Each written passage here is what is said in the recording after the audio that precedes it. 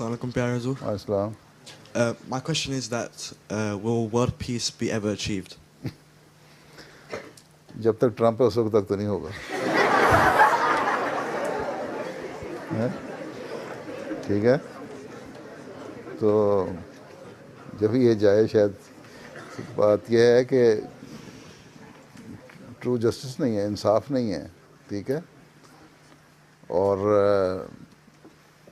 یہ لوگ you N او بنائی ہے تو اس میں بھی جو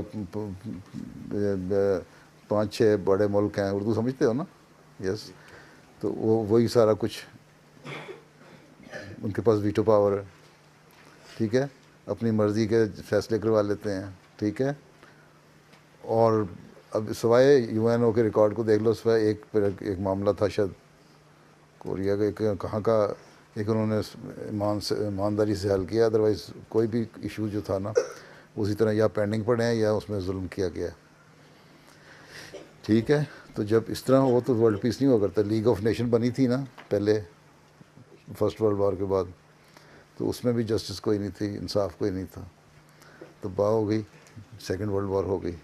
اب وہی حالات اب پیدا ہو رہے ہیں. ٹھیک, تو how can they achieve world peace?